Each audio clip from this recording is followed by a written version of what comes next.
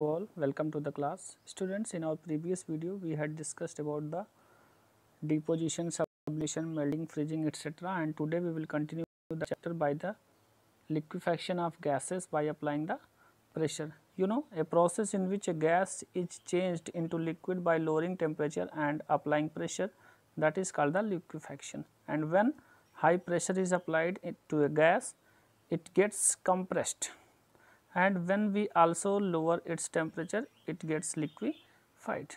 So, we can also say that gas, it can be liquefied by compression and cooling. If enough force is applied to the particle of gas, it gets so close together that they start attracting each other sufficiently to form a liquid. LPG cylinders are and CNG cylinders have compressed gas. LPG is liquefied petroleum gas and CNG is compressed natural gas. Altered drinks also contain compressed carbon dioxide.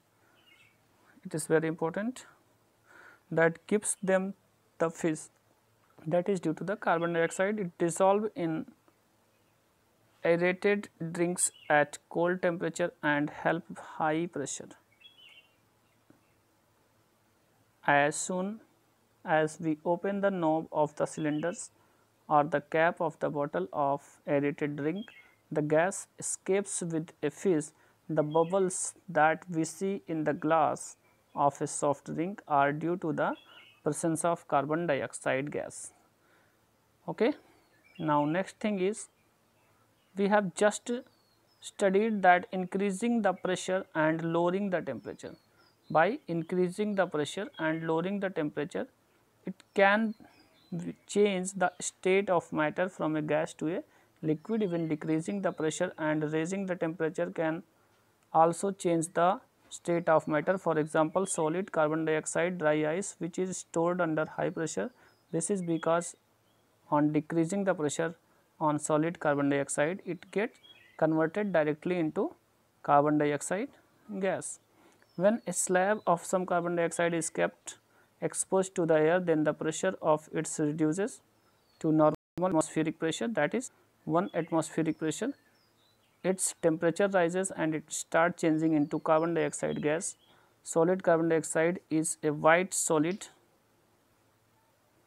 which called dry ice. Now, you know that solid carbon dioxide is dry ice, and solid carbon dioxide is an extremely cold substance. It is used to deep freeze food and to keep ice cream cold. Next heading is law of conservation of mass. In 18th century, scientists noticed that if they carried out a chemical reaction in a closed container, then there was no change of mass. This preservation of mass in a chemical reaction, we will find, led to the formulation of the law of conservation of mass. Okay.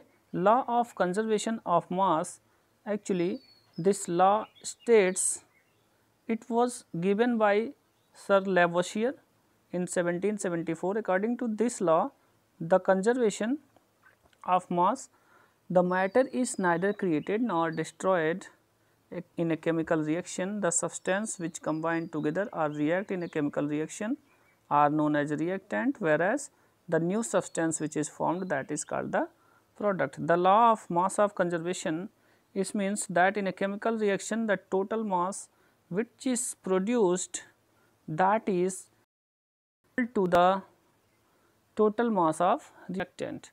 That means total mass of reactant is equal to the total mass of product.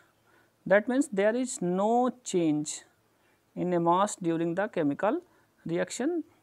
This, since there is no gain or loss in mass in a chemical reaction, the mass remains conserved, and it is called the law of mass conservation, which was given by scientist Lavoisier.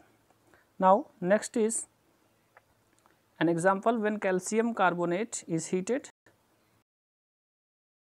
place from calcium oxide and carbon dioxide, it has been found by experiment if 100 gram of calcium carbonate that is decomposed completely and 56 gram of calcium oxide and 44 gram of carbon dioxide is formed.